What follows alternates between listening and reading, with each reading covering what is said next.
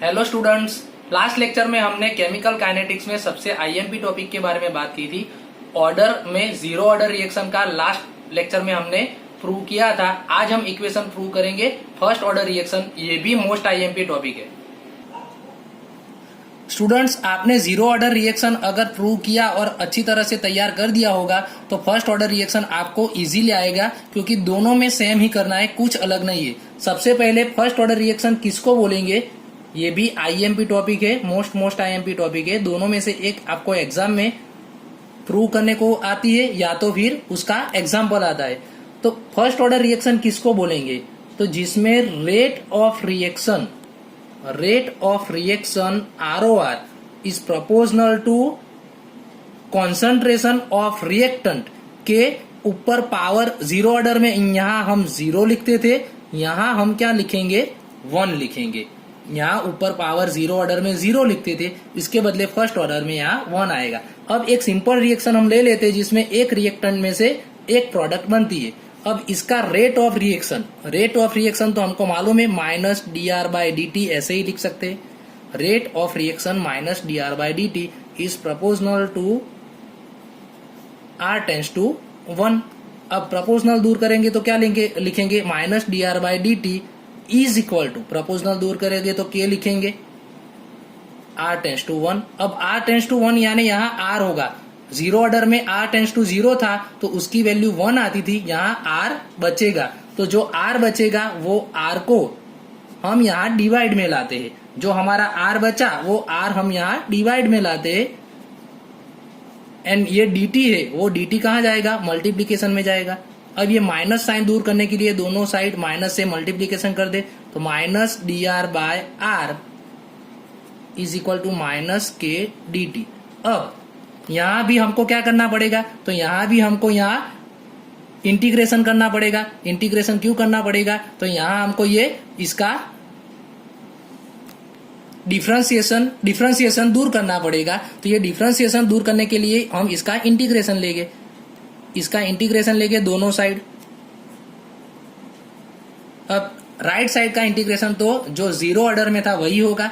यहां याद रखना है कि dR/R का इंटीग्रेशन ln R होता है, ये अच्छी तरह से याद रखना। dR/R का इंटीग्रेशन ln R होता है, बस यही नया है, बाकी कुछ नया नहीं है। यहाँ माइनस के तो कांस्टेंट होगा एंड इंटीग्रेशन dt का तो t हो जाएगा, तो ln R is equal to minus k dt का t आएगा एंड इंटीग्रेशन कांस्टेंट i लिखेंगे। ये हमारा इक्वेशन 1 मिल गया। अब i के बदले हम जैसे जीरो ऑर्डर में किया था वैसे यहाँ भी कर सकते हैं। जब t इज इक्वल टू 0 होगा तब रिएक्टेंट की कॉन्सेंट्रेशन को हम R0 लिख सकते हैं। जब t इज इक्वल टू 0 होगा तब रिएक्टेंट की कॉन्सेंट्रेशन को R0 लिख सकते हैं। तो ln R0 is equal to minus k, t के बदले यहाँ 0 लिखे तो 0 मल्टीप्लाई माइनस के, यहाँ तो 0 हो जाएगा। तो i की वैल्यू क्या मिली, i is equal to ln R0। अब ये वैल्यू हम इक्वेशन 1 में पुट कर देंगे, तो ln R is equal to minus k t plus ln R0। इसको भी हम क्या कर सकते हैं, y is equal to mx plus C, इसके साथ कंपेयर करके यहाँ इसका ग्राफ ड्रॉ कर सकते हैं, इसका स्लोप फाइंड कर सकते हैं, इसका इंटरसेप्ट फाइंड कर सकते हैं। वो आपको आ जाएगा ln R tends to t का ग्राफ आएगा, ln R tends to t का। इसका स्लोप आएगा माइनस के, स्लोप की वैल्यू आएगी माइनस के, एंड इसका इंटरसेप्ट कितना आएगा, तो इंटरसेप्ट यहाँ आएगा हमारा c, इंटरसेप्ट कितना आएगा ln R0। वही है, कुछ नया नहीं है। इसमें से अब k को सब्जेक्ट बना दे तो k सबसे पहले माइनस के टी हम लेफ्ट साइड ले जाए तो k t is equal to ln R0। ये ln R राइट साइड में जाएगा तो माइनस होगा, तो k t is equal to ln में माइनस होता है तो वो डिवाइड में लिखते हैं, तो ln R0/R लिख सकते हैं।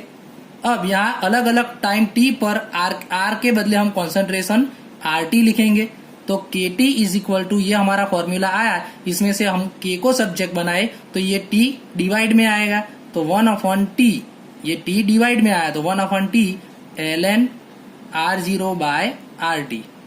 अब ln के बदले अगर हमको log में कन्वर्ट करना हो तो ln के बदले हम क्या लिख सकते हैं 2.303 log, ये वैल्यू हम लिख सकते हैं।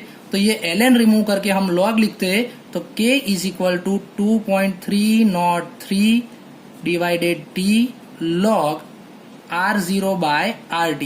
ये इक्वेशन हमने प्रूव कर दिया कांस्टेंट k का, किसके लिए, फर्स्ट ऑर्डर रिएक्शन के लिए। बहुत काम का ये, एग्जाम्पल में भी ये काम आएगा, तो अच्छी तरह से ये प्रिपेयर करना। स्टूडेंट्स अब हम फर्स्ट ऑर्डर के लिए half life of a reaction t half का स्टडी करेंगे। तो इसकी डेफिनेशन तो वही होगी, जब t is equal to half कब बोलेंगे, जब हमारी कॉन्सेंट्रेशन रिएक्टेंट की जो इनिशियल कॉन्सेंट्रेशन है उससे हाफ हो जाए। ये दोनों वैल्यू हम किस में लिखेंगे, तो फर्स्ट ऑर्डर का जो हमारा इक्वेशन था k is equal to 2.303 by t log r0 by rt, इसमें ये दोनों वैल्यू हम पुट करेंगे। तो यहाँ सबसे पहले t के बदले हम क्या लिखेंगे, तो t के बदले हम लिखेंगे t हाफ, यानी कि हमारा जो ये half life of a reaction है वो लिखेंगे, लॉग r0, rt के बदले क्या लिखेंगे, तो rt के बदले r0 बाय 2 लिखेंगे। ये हाफ t हाफ है वो उसको हम सब्जेक्ट बनाए, तो t half is equal to 2.303 by k log, यहाँ r0 तो कट हो जाएगा, ये 2 वो ऊपर चला जाएगा तो यहाँ मल्टीप्लीकेशन में आएगा, तो log 2, वो log 2 आप अच्छी तरह से फाइंड कर सकते हैं। log 2 की वैल्यू 0.3010 आएगी नीचे k, ये दोनों का मल्टीप्लीकेशन आप करोगे तो उसका आंसर आएगा 0.693 बाय k। ये फॉर्मूला भी आप अच्छी तरह से याद रखना। एंड एक बात खास याद रखना कि फर्स्ट ऑर्डर रिएक्शन में half life of a reaction है वो रिएक्टेंट की इनिशियल कॉन्सेंट्रेशन पर डिपेंड नहीं करता है, ये उससे फ्री है, देख सकते हो आप। एंड जीरो ऑर्डर में r0 पर डिपेंड करता था, यहाँ k के इनवर्ट प्रोपोर्शनल है लेकिन r0 तो यहाँ है ही नहीं, तो हम क्या लिख सकते हैं कि जो हमारा इनिशियल कॉन्सेंट्रेशन था उससे वो डिपेंड करता नहीं है।